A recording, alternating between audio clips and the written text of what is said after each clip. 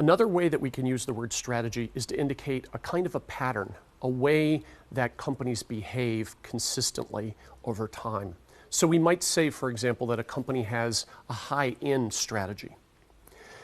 The example we have here of a company that uses a high-end strategy is a company called Vipp. It's a Danish company that creates things like trash bins and toilet brushes that are very high-end and very expensive. We're going to pause for a moment for a short in-video quiz about the company Vipp.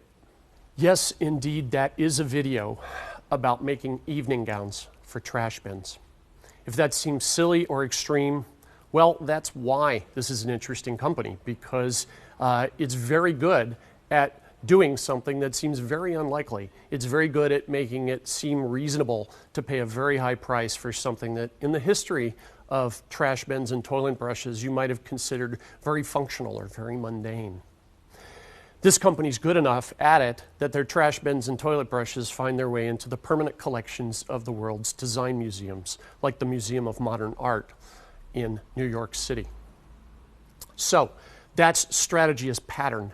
A high-end strategy is a strategy aimed at convincing people that products are worth spending a lot of money on. Products that may be in categories that you wouldn't have historically thought to spend a lot of money on. Another sense of the word strategy is strategy as position. Position within a market, within an industry, with respect to competitors, with respect to customers. Great example of this is Apple in the music and in the media industry. Apple established a dominant position in the media industry in the early days of internet music with the iTunes platform. It wasn't just the iTunes platform, they also made it integrate very nicely and very tightly with various of their devices, the iPods, the iPhones, also the Mac computer.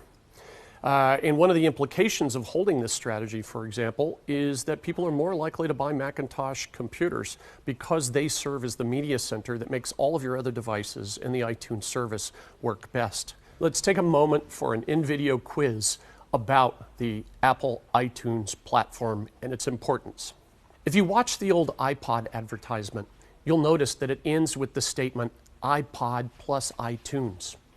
Very important that both those components are a part of this strategy. Another example of Apple's dominance in the media industry has to do with the relationship it came to have during this time with musicians.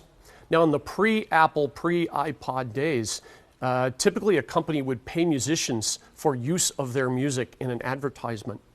But these advertisements became so dominant, so popular, that musicians were willing to contribute their music for free to an Apple advertisement because this was a way for a band to become famous.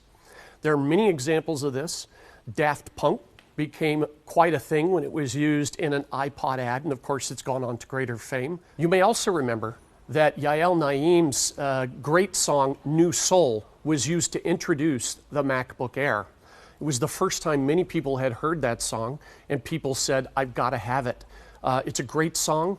We're going to stop now and allow you to take a look at the advertisement, the introduction of the MacBook Air advertisement, and following that, you can take a look at the video. It's a great video.